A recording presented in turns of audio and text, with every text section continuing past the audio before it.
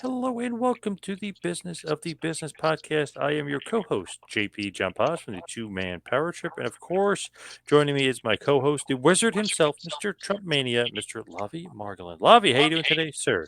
Hi, John. I'm doing great. Today we have a very special guest, actually, somebody whose work, when I reflected back on it, I followed for about 20 years. Zach Arnold of many resources, but certainly his own fight opinion. And we've recently referenced his articles from Bloody Elbow. Hi, Zach. Welcome to the program. Hello, gentlemen. How are you doing? Doing very, very good. So obviously, fight opinion. You've written about Pride. You've written about UFC. But where did you grow up, and were you a fan of martial arts, boxing, pro wrestling first? I mean, what were you a fan of, and where did you grow up? I grew up in the wrestling business primarily as a teenager. I was a tape trader, one of the original tape traders for Japanese tapes, and a lot of the wrestling tapes and the martial arts tapes from Japan in the 80s, they would be sold in grocery stores in the Bay Area. And that's how a lot of tape trading happened. If you didn't have an access on the East Coast, like a Jeff Lynch or some of the heavier tape traders, I mean, you had to go to the stores, and that's how you get your magazines and your tapes. And from there, the rise of UFC, obviously, that was happening as I was a teenager, and then you had the rise of Pride. So for me, I was playing both coasts. I was following Pancras. I was covering that. There was just so much action and so many guys going back and forth between the two countries that there was always a story to follow, and that was always my passion.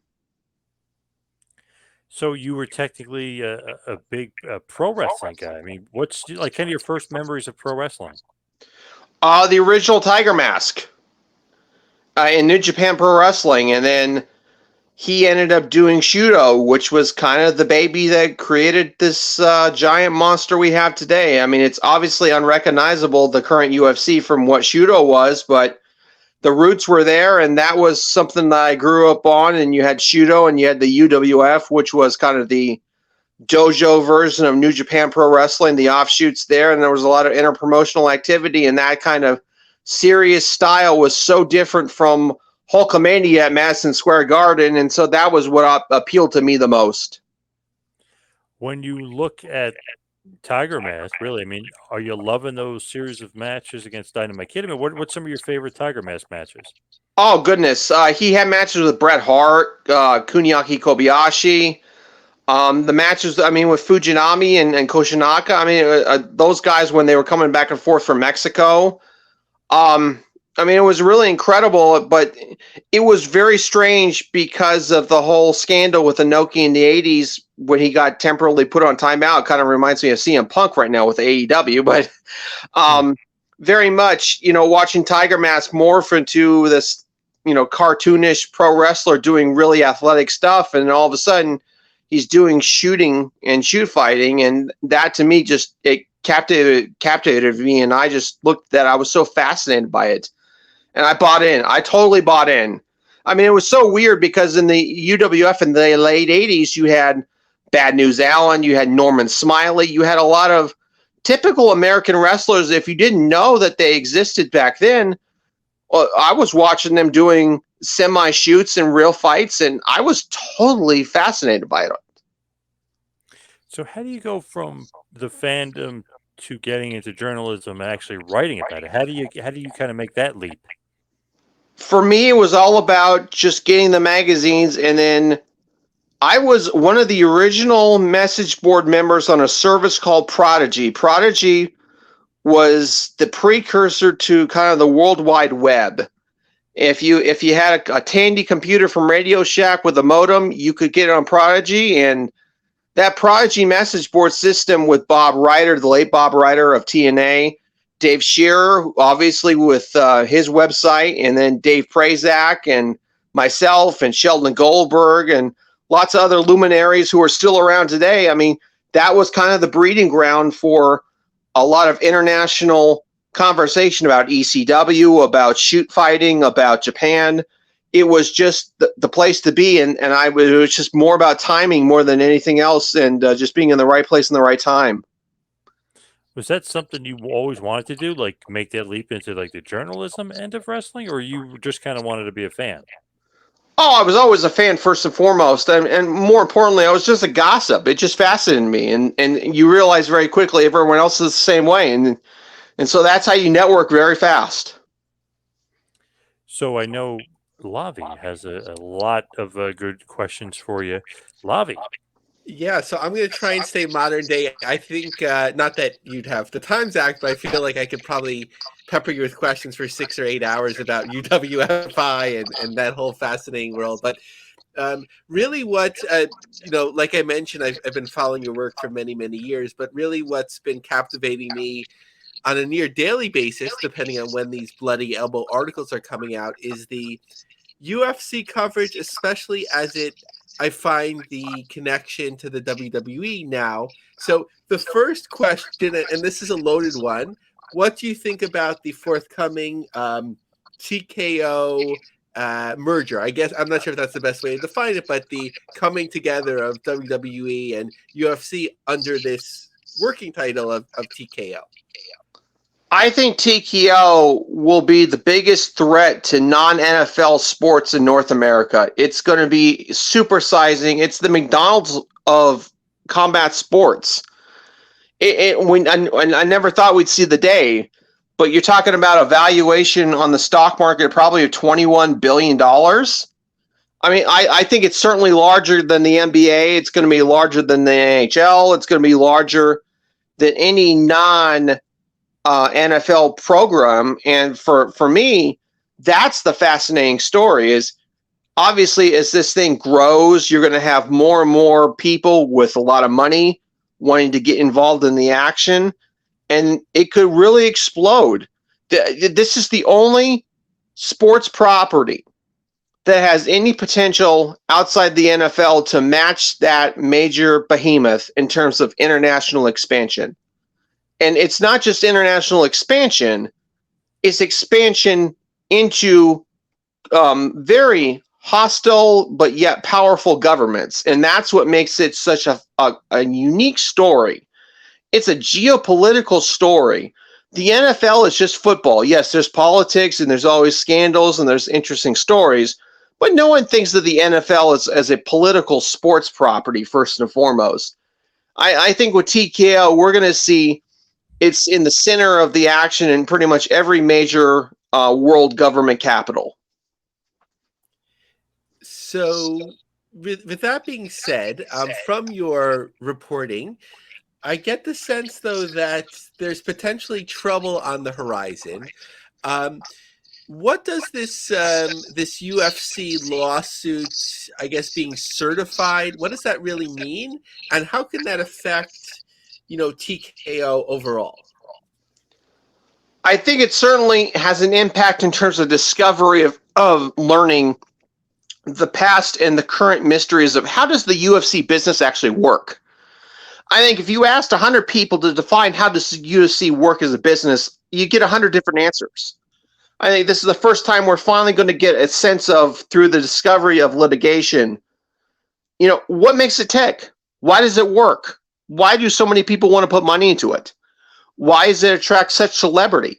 Why is it so famous? Why are people willing to sign up and fight for peanuts on the hopes and dreams of being in the 1% that actually make it? Well, why does it work the way it works?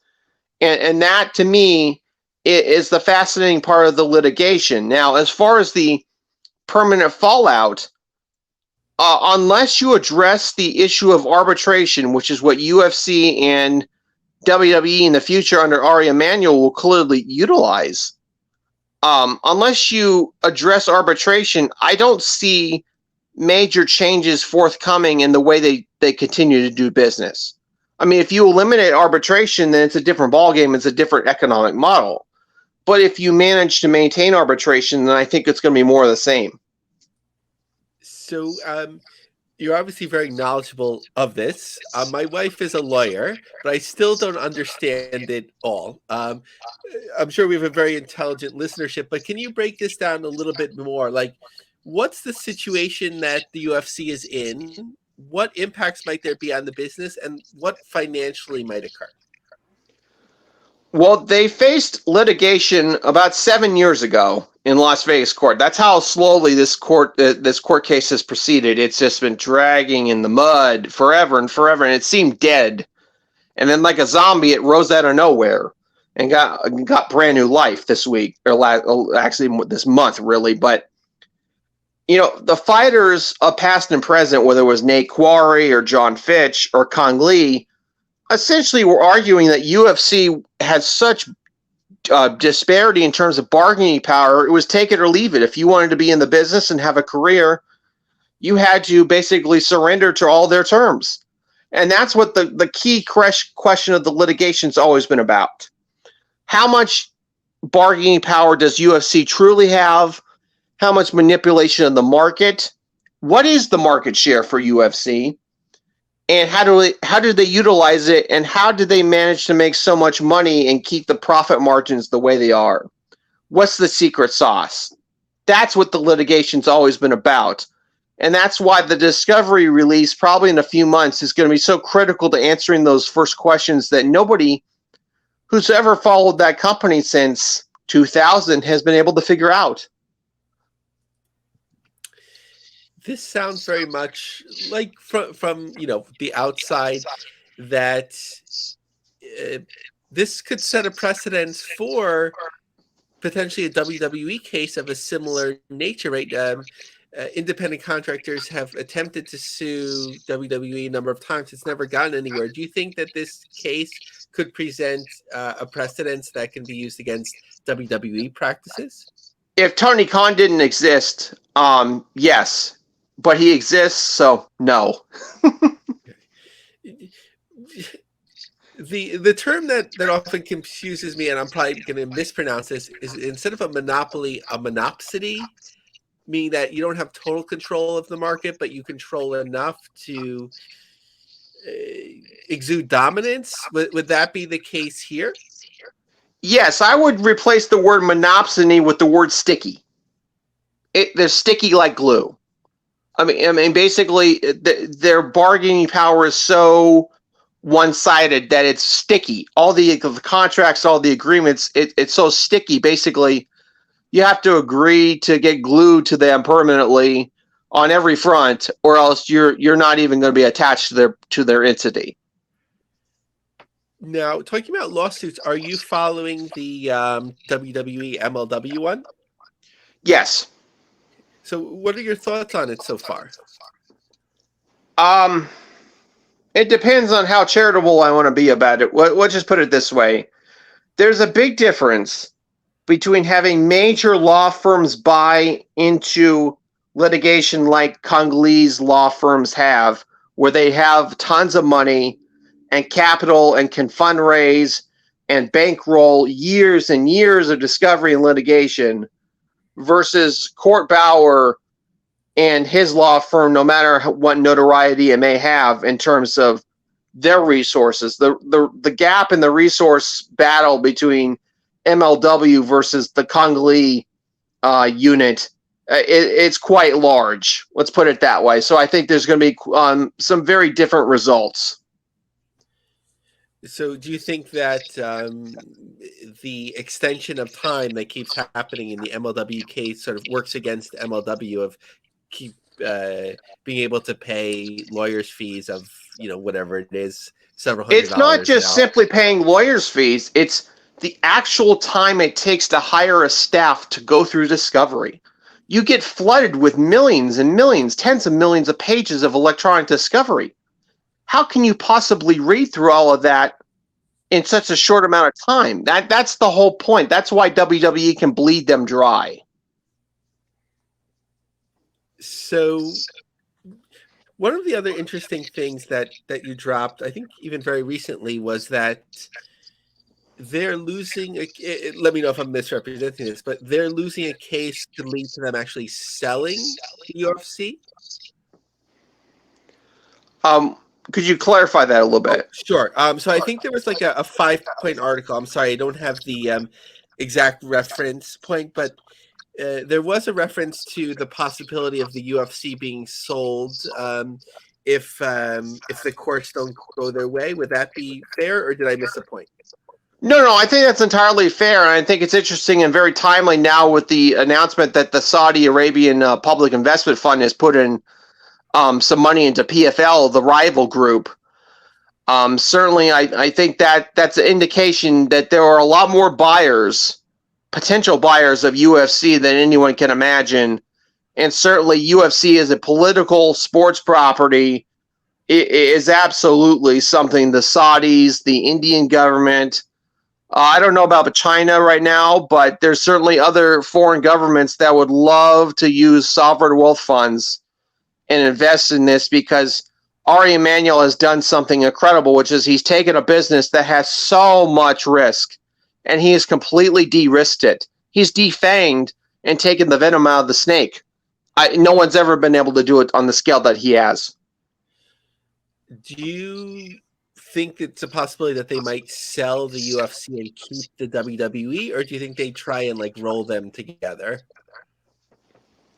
I think he would like to package them together. I mean, the idea that you could have the Saudi PIF buy both UFC and WWE, that's so much cultural power. That's so much business power. That's so much greater than any tennis or golf property. You're talking about buying worldwide access, worldwide television, and worldwide entry into markets they never imagined they could invest in before. So Vision 2030, I'm not sure if you're a betting man or as a reporter you're in the position to do odds, but 2030, where do you think UFC and WWE stand in terms of ownership? Certainly, I think a foreign government, probably, it may not be the Saudis, it may be someone else, but certainly foreign investment, owning at least a minority share, if not a full-blown share. And remember, one of the key things about TKO being public is that the deeper they connect ties to foreign governments, the more likely they're able to get ties to state and federal pension funds to get more government pension investment in TKO stock, which gives it that imprimatur of a safe investment, even though it's quite volatile still. So one of the other pieces that relates to governments is this this bidding now, or getting investments from cities or states to bring shows to to the town, and that's something that WWE has been doing a lot more of, whether it was in the UK or Puerto Rico or WrestleMania. The bidding's been going on for quite a while, and this is part of the UFC strategy. So in terms of like synergies between these two companies, is that the first one that you would see in terms of maybe packaging it up, that instead of just having 6 days of WrestleMania events, you could supplement it on the back end or the front end with like a big UFC show, something like that? Absolutely. Remember, it's not going to be just a marriage of UFC and WWE. It's going to be a marriage of power slap, of bull riding, of skateboarding, of all these different properties they have in a demographic range. They can kind of suffocate the market with all these different companies, this portfolio, if you will, that attracts all kinds of different people from disparate groups and brings them into the circus. They can bundle a circus that no one else can bundle. So actually that begs a question I was going to skip, but I'm glad to have the opportunity to ask. Do you think there was any reason that they didn't put PBR under TKO, that it still sits under Endeavor Sports? Combat sports it really is a different animal. It's such a different animal in terms of legal issues, of liability, of medical, that it makes a lot of sense to kind of combine those two properties and isolate everything else. So my final question before turning it over to John, we've seen the Saudi Sovereign Wealth Fund be very aggressive. Not sure exactly what's going on with the PJ now, whether they'll own the whole thing soon, but do you think that this minority investment in PFL will ultimately become a majority investment? I would not bet against it. Let's put it that way. I mean, and you're nibbling in the waters on something that may or may not make money. At that point, once you put in, a percentage, at that point, you're kind of pot committed. So they may end up buying it, but they may also be playing around to see, hey, how does this business work? What do the books look like? What is the business like? Kind of like they're dipping of the toes with Live Golf. They found out how the golf business really works now. And there's I think a similar course is happening with PFL. It doesn't preclude them from not buying a piece of the action with UFC. I just think it's a way that they can buy a tracer into a business and learn more about the model of it. Awesome. Thank you, Zach. Have you followed this recent? Well, actually, it's not really recent, but I guess that recently came out today about Konstantin Kairos and the lawsuits against the WWE with the many concussion lawsuits. Have you been following that, or did you see what came down today? I did not see what came down today. I know that he's had a lot of Rule 11 sanctions, levied against him, or attempted to be levied against him in federal court. Okay, because it says that he now owes WWE and the lawyer fees $333,000. That sounds about right. That's actually on the low end. He got lucky on that. They wanted 550. I think they settled at 330, something like that. Yeah, that's all about what's called billable hours, or what we call load stars. So there's often a ratio. A judge will determine how much our legal fees are owed. And generally, judges are much more sympathetic to one side of the aisle than the other on those kind of matters. So, did he look at the NFL and think that WWE is just going to settle? Like, what was his game plan against that? Your guess is as good as mine, because you had venue issues, you had jurisdictional issues, and you had issues of independent contractor status, and that's what made it so difficult. When you look at the NFL, what was going on there, I guess to me that was the thinking. Oh, NFL had this concussion thing. We'll just go after WWE for the same thing. Didn't quite work out that way. Now, now he's kind of, obviously paying out big time. I mean, what a huge mistake attacking WWE like that. A lot of people have gone against Jerry McDevitt and they've lost. Join the club. Very, very true. Is he definitely retiring? I'm hearing that he's retiring at the end of the year. It's like the mob. They pull you. You try to get away and they pull you back in.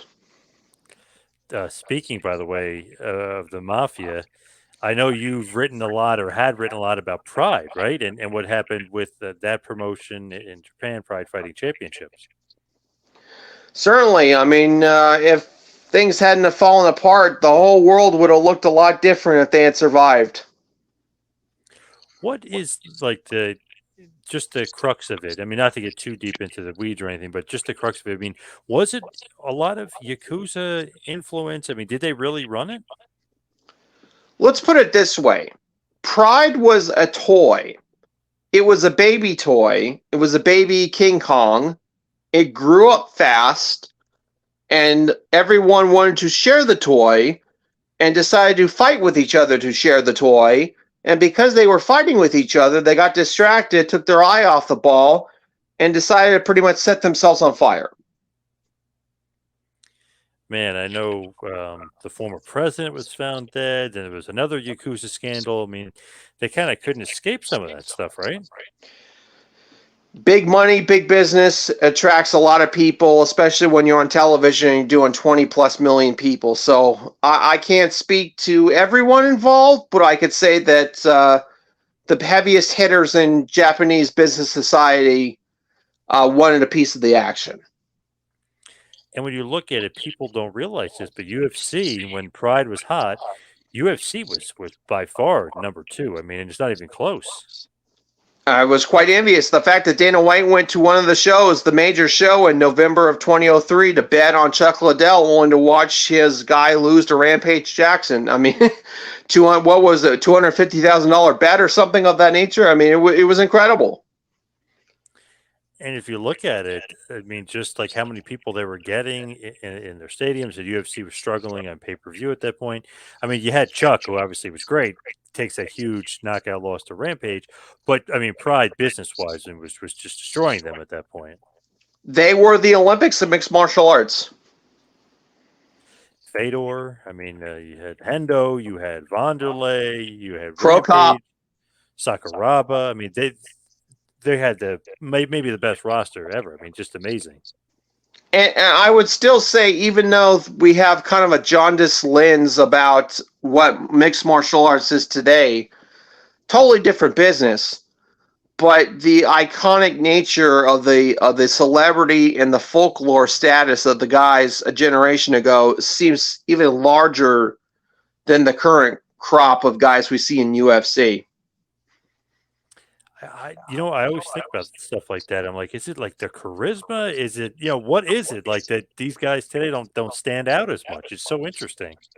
They were allowed to be who they really were in person. I mean, there was no edict about you can't be this or you can't be that. What you saw is what you got. Man, just those were the days. I mean, I could talk about Pride forever, but just tell us where everybody can find you and what you've been up to as far as lately, as far as some of your writings. I am helping out Mr. Nate Wilcox over at Bloody Elbow. He's got a Substack there. He's got a website, bloodyelbow.com. I've been helping him out quite a bit because a lot of these MMA sites that you and I grew up on, they are dead. And he really is the one major player for serious journalism in the MMA space around. So I support him, and I want everyone here who's listening to this to support him too. Sign up to the Substack, and you'll always get my new articles. I'll have a new article up next week probably, and it'll be about the issue of arbitration with UFC and WWE that was brought up on the show earlier. Wow, good stuff. We'll have to definitely check that out. Used to love Bloody Elbow. I mean, man, obviously now they're on Substack, but when they had their normal traditional website, I mean, I was on there once a day, twice a day. I mean, they're always at the best stuff, most reliable stuff, best articles for sure. You have to attack the angle now everywhere. You got to have a newsletter. You got to have a Substack. You got to have a website. You got to have a podcast. You got to have a show. You got to have everything to reach the fans now because it's so bifurcated everywhere. Totally agree. It's very true. How about social media? You're on social media at all? I am on Fight Opinion on Twitter. You can always see my rantings there probably 3 or 4 times a day. I cover both Japanese and American stuff. I translate stuff. I cover some hidden gems and stories that the media won't cover anywhere else. And I just recently posted a new article on the old FightOpinion.com website about the status of the parent company for New Japan Pro Wrestling, which lost 40% of their stock value in a week. And what is the implication of that? And how does that impact business in America as well as Japan? Yeah, I saw you had tweeted that out about 2 weeks ago. And basically you said it was the biggest financial story in combat sports. And I don't know if a lot of people were paying attention to it, oddly enough. Those who know seem to be quiet. Those who don't know, get on board and read what we have to say, because I think it's going to have a dramatic impact, especially with one Mr. Tony Khan. Oh, awesome. Definitely going to have to check that out. And everybody definitely check out Fight Opinion on Twitter, or AKA X, I guess it is now. But Zach, thank you so much for all the time. Really appreciate it. You're welcome, gentlemen. I'll see you soon. Thanks, Zach. Take care. See you soon. All right, Lavie. Interesting that he's bringing that up about Bushi Road, because you had wanted to have been talking about that for a little bit now, right? I mean, what the heck was going on with Bushi Road and Fight Opinion and this huge story? I mean, this is a big collapse here for Bushi Road, right? Yeah. So I this week too, so I've been like stockpiling all this Bushi Road information, which prior to that I've been a little bit quiet with what New Japan was up to. So let's go through it one step at a time. And actually, that is interesting. I didn't realize that that it was Zach that broke it down for everybody a couple of weeks ago. Yeah, So that's yeah. wonderful timing. So the biggest financial story in combat sports unfolded this week, and you're not hearing any of the regular commentators talking about it. G1 talk faded for New Japan quickly. If a 20% drop in a bear market, what's a 50% year-over-year drop? The stock casino is cruel. Buying the dip. So Bushi Road is down 50% year over year. So, you know, New Japan and Stardom, of course, were acquisitions of Bushi Road. It's been a it's been a tool in companies' arsenal. So it's not like Bushi Road has an affinity for necessarily a company it started. That doesn't mean that they're looking or need to sell anytime soon. But once these wheels start turning, it makes me wonder, like a company like Cyber Agent, which I don't think they've been setting the wrestling world on fire with all their pro wrestling acquisitions of Noah and so on. But I'm wondering if they would want to kick the tires on New Japan and Stardom. So that's one thing. Next, from Logme Finance, Bushi Road president Kadani admitted AEW has surpassed its own promotion and moved them to third place. Some of this is translated, so and then transcribed on some websites. You really want to go to the original source, especially if you read Japanese. You want to look at the source as much as possible. But New Japan Wrestling is technically increasing its digital content income, but the reason why it has not returned to its former glory is that between 18 and 19, AEW in the United States sales are on the order of 10 billion yen. And I believe that a major reason for this is that New Japan Pro Wrestling has fallen from second to third place in the world rankings. So I think that's like a little bit of a stretch there why New Japan may be having its own struggles in Japan. I think for most fans in Japan, it's sort of like, what product are they being given, as opposed to like, who is number two now in terms of revenue worldwide. Like, yes, some of their talents may be traveling more, and to bring in some international stars might be harder to do. And yes, their US business is certainly down. We've attributed that a number of times because of AEW in some ways, but now they're benefiting from teaming up with AEW without knowing the financial deal. So I think that's like a little bit of a stretch. But let's look at more of what was said. So in the financials that were released, New Japan Pro Wrestling of America, the American subsidiary of New Japan Pro Wrestling, holds monthly tournaments. In the previous term, 30,000 people attended 17 overseas tournaments. So I asked our friend at WrestleTix, like, how many people went to the one in Toronto, the team up with AEW, and that was about 13,000. So basically, you can say about an average of 1,000 people at shows, which makes sense. In the US, we're developing our own brand called New Japan Strong. In addition, there's the wanting to develop a brand called New Japan Tamashi in the Oceania region. I mean, that's already developed. But in July, New Japan Strong brand held an event at Korakuen Hall. In the future, we plan to further develop the Asian region, including the women's Stardom. Since the two major professional wrestling competitors are from the US, we believe it's important to take advantage of our geographical advantage to explore Asia, especially Southeast Asia. My comment is like, yes, please. Don't worry about fighting people here. Take advantage of what you have in Asia.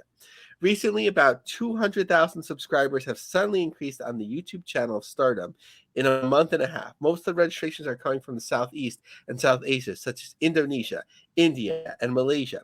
From the fall, we are gradually bringing wrestlers to those regions, and we're looking for various things, such as whether there's a ring or a group that could perform locally. So, an increase in YouTube subscribers for women's wrestling doesn't necessarily translate to wrestling business besides YouTube ad revenue. There's a lot of people that watch women's wrestling, that watch another step beyond that, intergender wrestling, because they enjoy watching it. Let's leave it at that.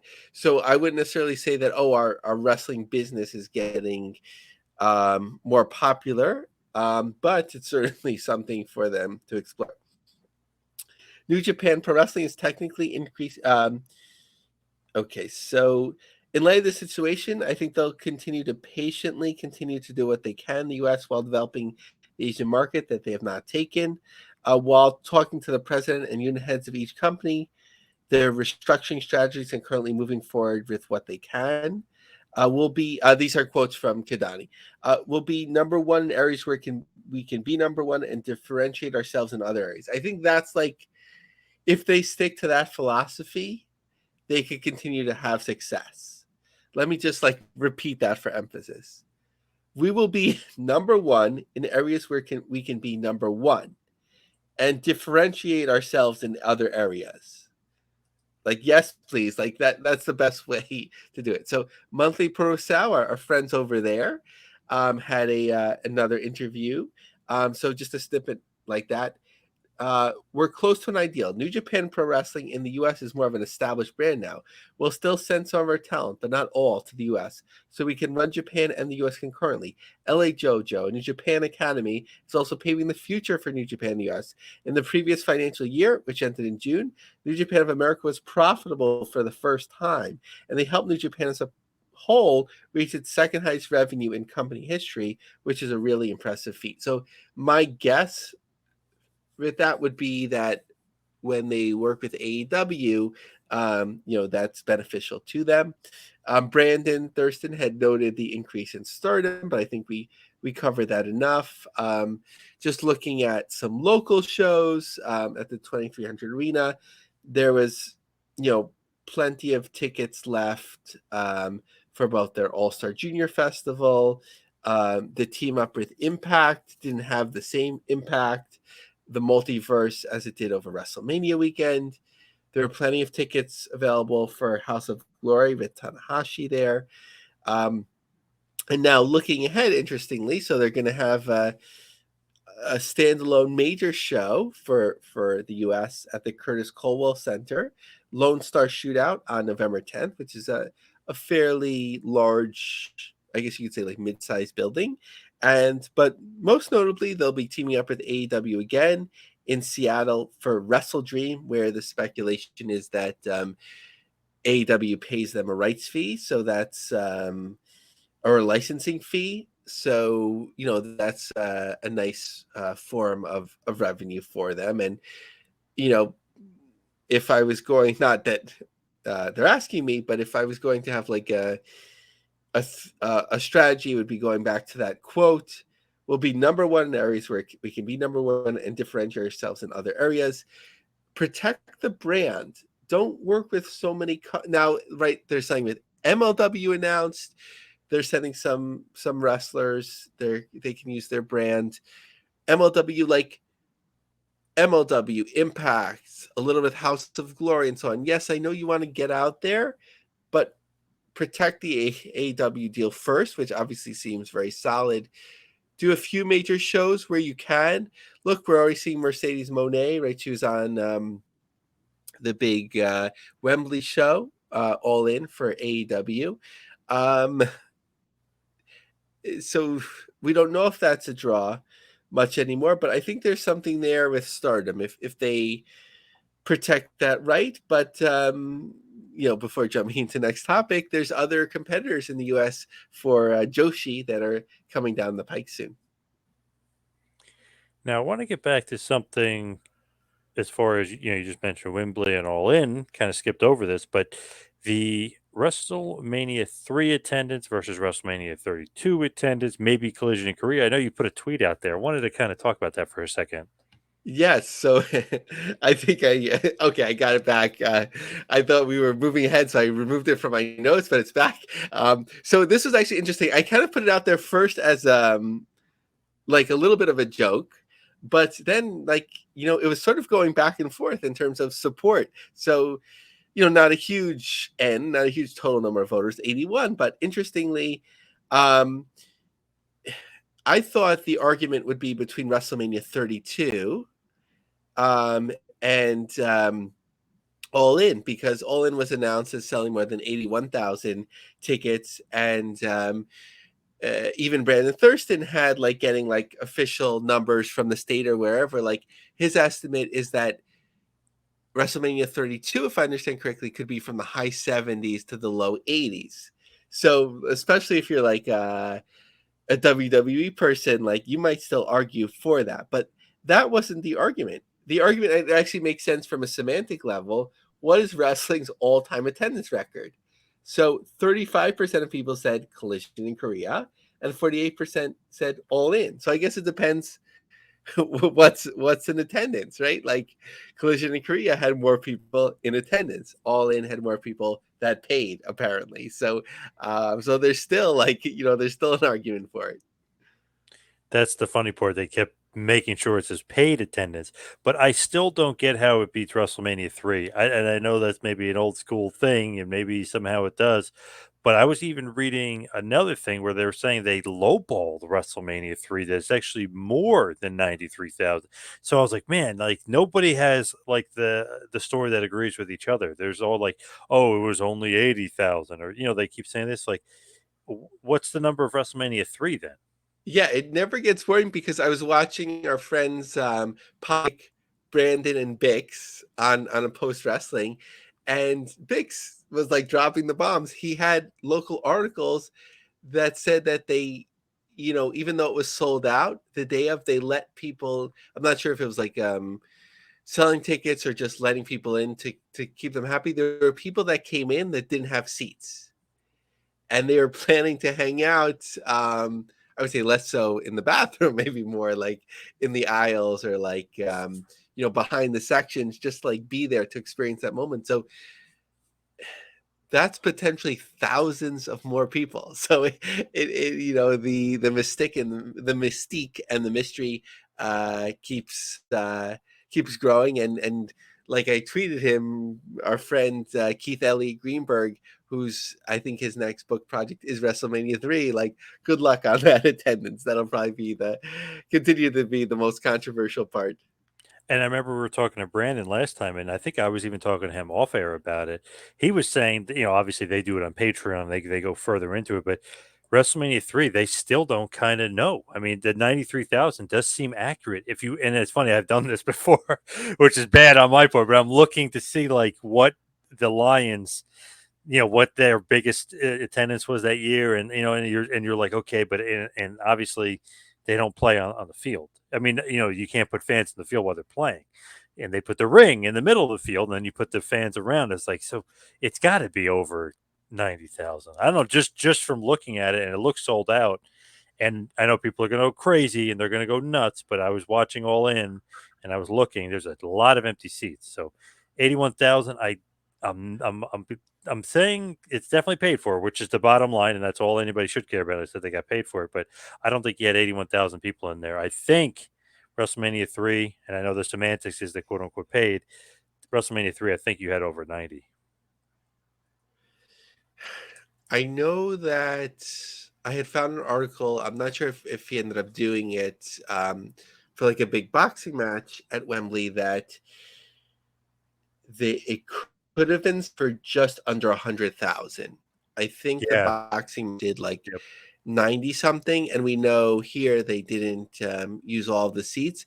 I'm not sure if there's like the skybox type thing in Wembley too, because like WrestleTix, wouldn't have been able to to count those dots. So apparently, like there was 81, whatever was the paid, and then you had X number more that that were there. Very, very interesting. It's funny though, like there's like such a controversy about it. It's very, very crazy. I think it comes down to like the same philosophy that we talked about, like mania, like right, original podcast, like with Vince McMahon, that pro wrestling is constantly looking for respect. So like not necessarily saying we are now. I'm sure we're confident dads and professionals, but like the wrestling business is like always looking for ways to be like we're popular, we're legitimate, or whatever. So what this is why there's like this fascination. Like I love Bruce Springsteen. He just played in the Meadowlands. I'm not sure if they still call it that, but like I don't know how many people were there.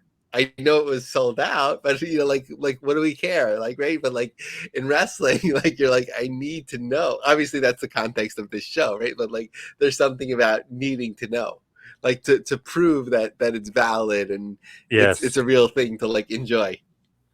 Yeah, it's funny. I went to one of the Metallica shows at the MetLife Stadium, aka Giant Stadium, aka the Meadowlands, and I was like, "Oh, I wonder how many people are here." And then I was reading, I was like, "Oh, 80,000, okay." But it was not like an exact number. They just said 80,000. So I was like, "Oh, they don't care. They're just saying, they're just saying it's a huge number. They're not getting into specifics." And then they came back 2 nights later and they said it was 80,000 again.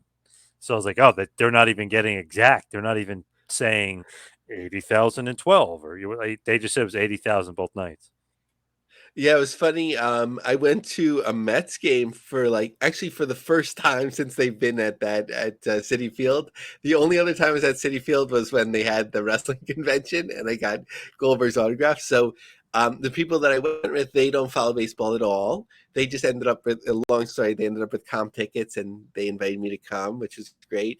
And they said like, "Oh, how many people are here?" So I was like, "Oh, right. Oh, you're asking my person." Okay, so I'm like, 40. Okay, so it's capacity of 45. Let's see how many people were here last night. Right, 20,000. right. So maybe it's about the same or whatever. But it's it's fun to jump into. But there's not that. But I was at the game and I wasn't like before they asked the question. I wasn't wondering like how many people are here. I was noticing. Oh, weeknight they're not doing very well. So large chunks are empty. But it's not that same thing. Now, completely changing gears, as far as that Joshi promotion is concerned, and they're coming to New York, is Mauro Ranallo a part of this promotion? Yeah, so that was one of the pieces that these pieces are breaking slowly. Most of it is coming from PW Insider. I think this was from somebody transcribing Wrestling Observer, attributing it to them. So regarding the new women's promotion featuring Japanese wrestlers, it's debuting next month in New York. There's not a lot of info out. We don't have a place or location. The only going from Mauro Ranallo to announce, but deal was not closed. I mean, he's great. I think something where they'd only keep occasionally may work for him in terms of, some of the mental health challenges that he's been, open and obviously well documented about. So that would be a perfect fit. The last I heard was September 21st. Now it's only, as you record this, is about 22, 23 days away from that. And they have the idea that they'll do it the night after, the big AEW show in Queens, like Wednesday night to Thursday, so that you'll get some of the fans. But I don't know if people are traveling. Like it's a Wednesday night. Like I think that's more of like people come from Long Island and wherever, like to Queens. Whereas like I don't think there's anyone traveling in that would be like, oh, I'm already like paying $500 a night for a hotel room in New York. Let me just roll it over a day to go see this show where I don't yet know where it will be and what will be happening. What about Progress Wrestling? What's going on with them? So this was interesting in the sense that we had talked about the service ending that had Pivot Share that had hosted wrestling previously, and what's going to happen with these other brands. And certainly Progress, I wasn't even aware that was who was hosting them before, but now we're starting to see these like ripple effects a little bit. Progress Wrestling is thrilled to announce the launch of Demand Progress Plus, a brand new professional wrestling content platform that will revolutionize the way fans experience the shows. The decision to introduce Demand Progress comes after months of careful assessment to provide Progress fans with an enhanced viewing experience. Their previous platform, Pivot Share, while serviceable, lacked the necessary features and direct fan engagement that Progress Wrestling aimed to deliver. With the recent news of Pivot Share's closing, Progress Wrestling brought forward their plan to create a new platform, Plus, which will officially launch and become the ultimate and exclusive destination for all things Progress. Expects a treasure trove of content, including the entire Progress show catalog, best of compilations, original programming. Progress Wrestling will also be in advanced discussions with other wrestling promotions around the world to host their own content on Demand Progress Plus. As an inclusive platform, Progress is extending a warm welcome to other promoters looking for a new home for their own shows. Interesting with Progress. What about Impact Wrestling? You got a huge show coming up. Yeah, and it keeps getting bigger, and it's in kind of my general geographic region, but I don't think the timing, unfortunately, will work out for me to go because I love the Westchester County Center. But 1,000th episode of Impact, right? We talked about the return of Dudley Boys. There's a fan celebration, which is actually a perfect idea because besides going to pro wrestling at the county center, I'd been to plenty of like card shows where they would actually have wrestlers there sort of for free, like met King Kong Bundy, Jimmy Snuka, which was a weird interaction, $1 Million Man back in the day. So like this is a smart way of doing things. Of course, the biggest news to me, like my favorite Impact TNA feud of all time, Gail Kim against Awesome Kong. So like one night only, which is pretty awesome. But last I checked, it's still, I haven't checked since that announcement, but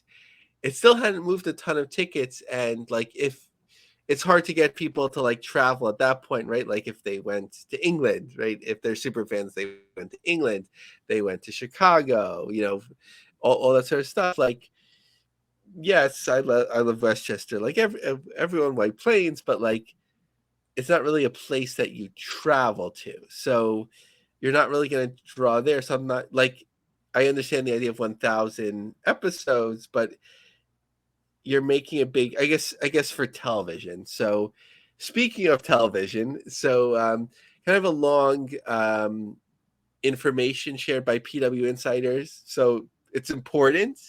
So I'm going to go through it all, just so that we can all digest it. Impact Wrestling held an all on hands deck talent and crew meeting prior to taping in Toronto.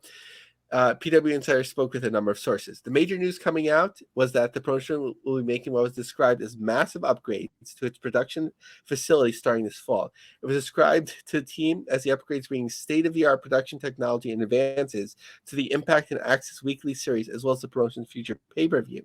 The promotion will be greatly renovating their space at Skyway Studios in Nashville, and it's just not logistically feasible to edit and produce from the facility during that process. In asking around, once we heard about the upgrade, the belief is that the process will take about a month, plus another few weeks for the staff to get used to and master the system upgrade. One source in the production area joked that the upgrade will allow us to finally take time off during holiday weekends, and they might be able to finally pass the award for most overworked production team to someone else. I hope. We're also told that Impact and Access will be assisted by some of their sister companies for the post Bound for Glory TV episodes during this time. It was stated that there'd be some adjustments made to Impact Wrestling TV for the remainder of the year as a byproduct. There will not be conventional TV tapings going forward in the near future, at least until 2024, PW Insider assumes, with the promotion set taping at their announced live events. During this time period, less talent will be utilized over the remainder of the year. Anthem will be paying day rate talent for extra days through the remainder of the year to help offset their missing dates. The revised schedule kicks off with Impact heading to Europe for its return to that content with live events the week of 10/26 to 10/29, Coventry and Newcastle, as well as Glasgow.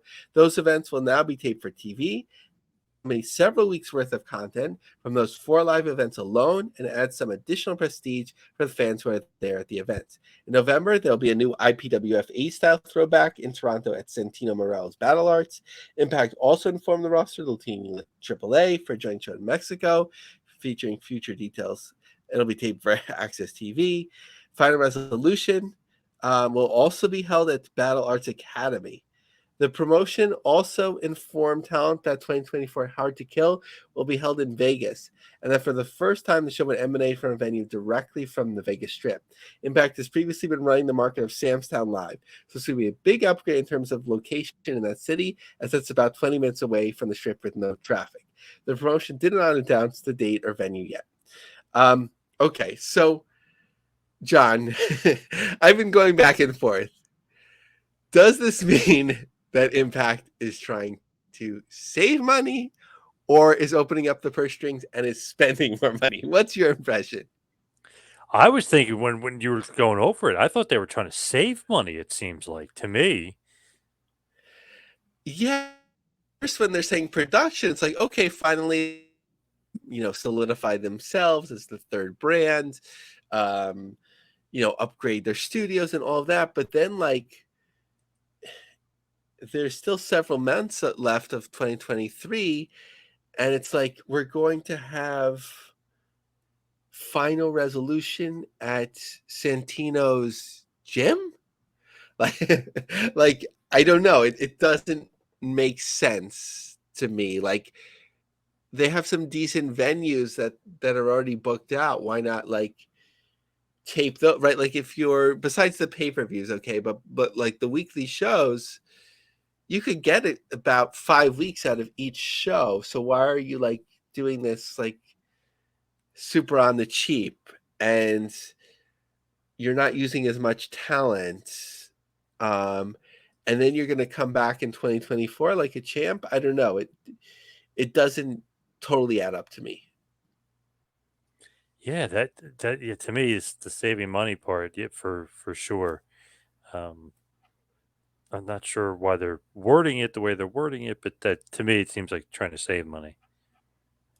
Yeah, so I'm really curious now. Like, and it's also like, you have a sign guy Dudley, and like his job is to, like, promote these events. He has a important role there, and like, okay, now you have to fill, like, Santino's gym. I guess if it's an interim period, like, whatever, you do what you need to do, prepare for Q2 of 2024, but it's sort of like a weird period between now and then. Like, there's plenty of places to, like, rent production. Call Dave Marquez and he'll either help you or he'll give you a referral for somewhere. Like, why do you have to do it this way? I don't know. What about the toy controversy? What the hell's going on with the toy line? So this was like kind of like a little bit regretful snafu. So there was supposed to be toys coming out, and they weren't happy with the way that they looked.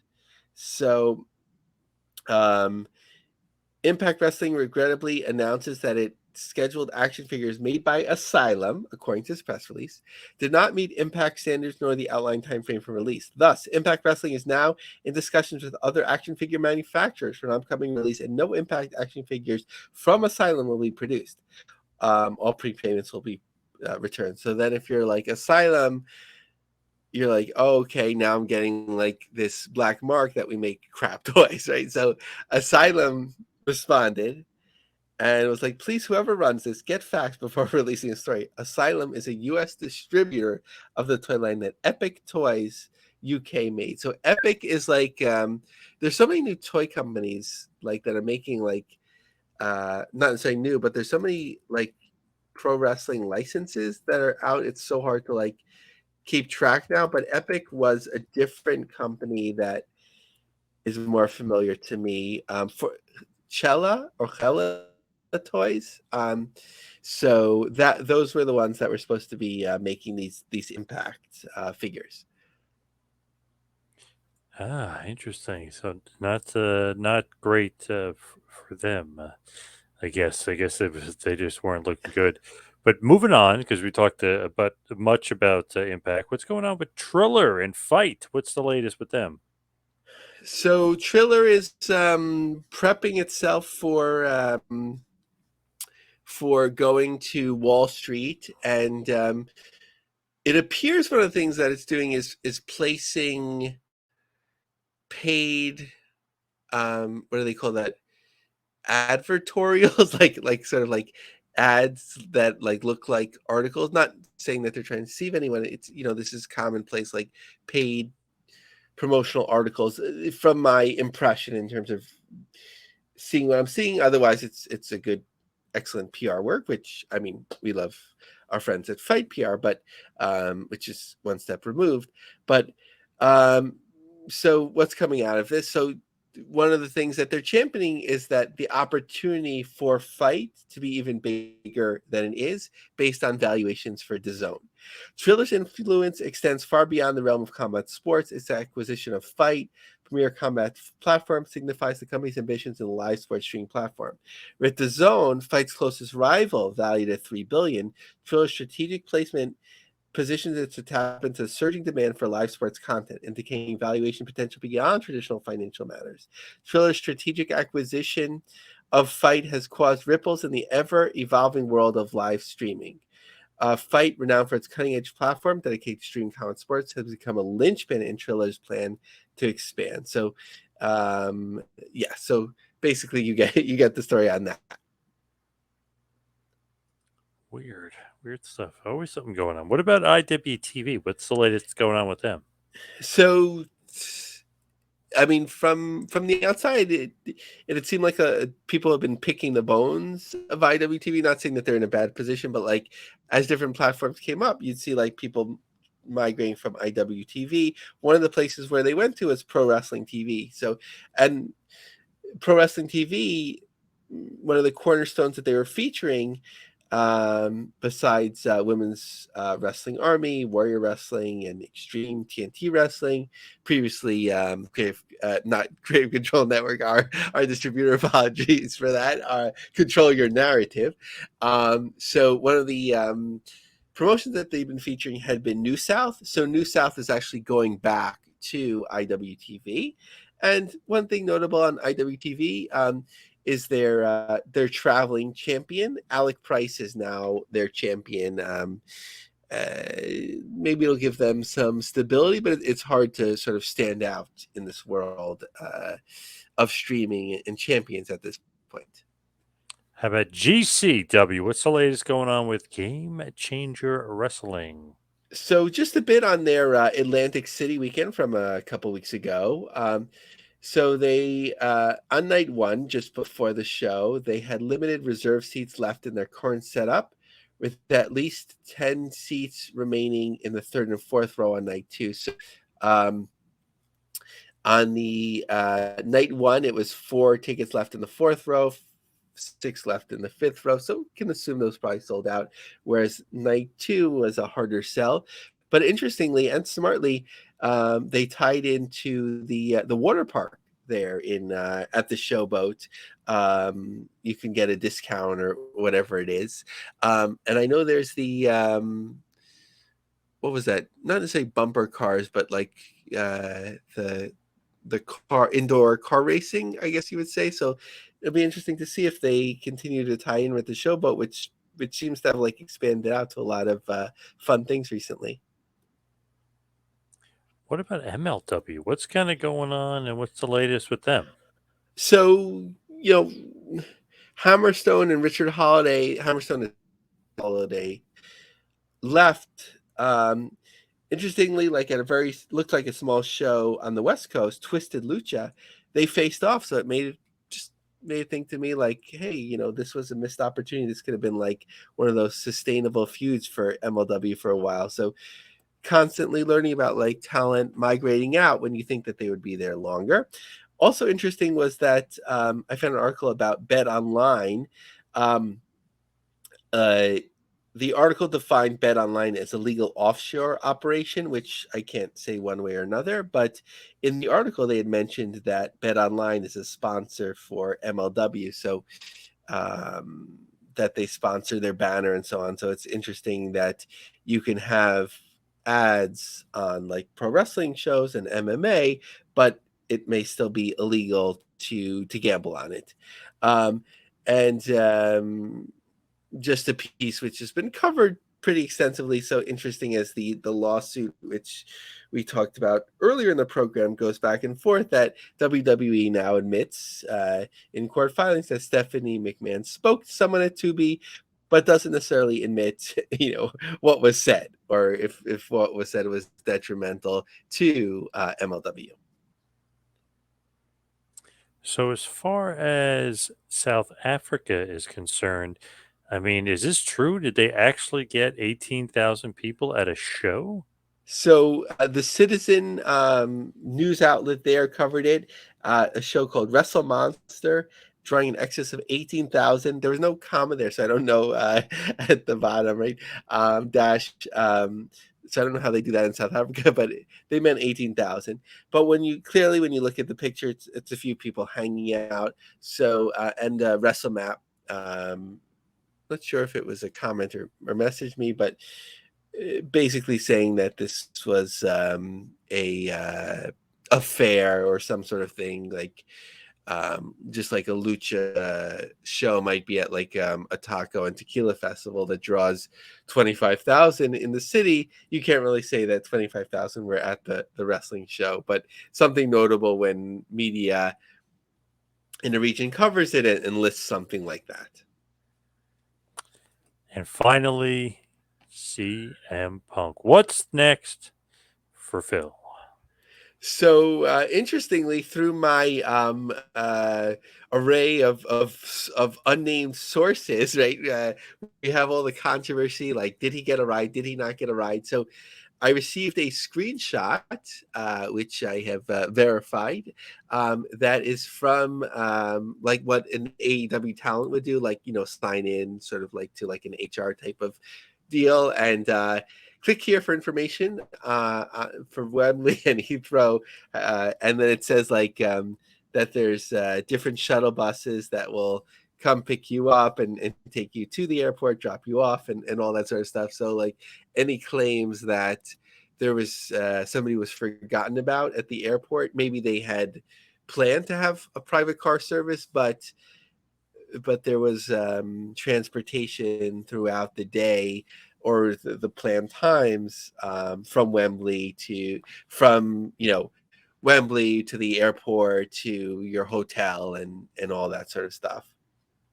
So just to add to the controversy, but now obviously whoever was at fault with this confrontation with a Jungle Boy and so on, like, and we talked about this years ago, John, actually, like when it was seemed unlikely Punk would return to wrestling, that maybe like hedge fund guys would want to work with Punk, and maybe they could just do like a streaming deal, right? Like Punk is obviously a draw to some degree, so or maybe like somebody had suggested with Freddie Prinze Jr., something where like give him complete control and let him manage the talent and bring in the talents and so on. So obviously he's under contract at the AEW now, but if obviously he loves wrestling, he went to the Independent Wrestling Hall of Fame show that GCW hosted a couple years ago. He's at something on the West Coast now, so he still has an affinity for it, even though it seemed like he might have been totally done with it. So like if things can't be worked out with AEW again, I can't believe we're saying that again, maybe that would be a logical next step for him. Oh, very, very interesting. A lot of news this week. Thanks to Zach Arnold, of course, for coming on as well. We ran the gamut like we always love to do on this show. But let's hit the plugs. Follow me on Twitter and Instagram at 2Man Power Trip. Take the website tmptempire.com. Lavie, what do you got? Follow me on Twitter, Lavie Marg, LAVIE-MARG. Sometimes I break some news like the AEW portal, talent portal screenshot. Check out my long form articles, lioncubjobsearch.com, and check out our group on LinkedIn, The Business of the Business Pro Wrestling Industry. All right. Thank you, everybody, for tuning in. See you right back here next week for a little business of the business. We'll see you next week, folks.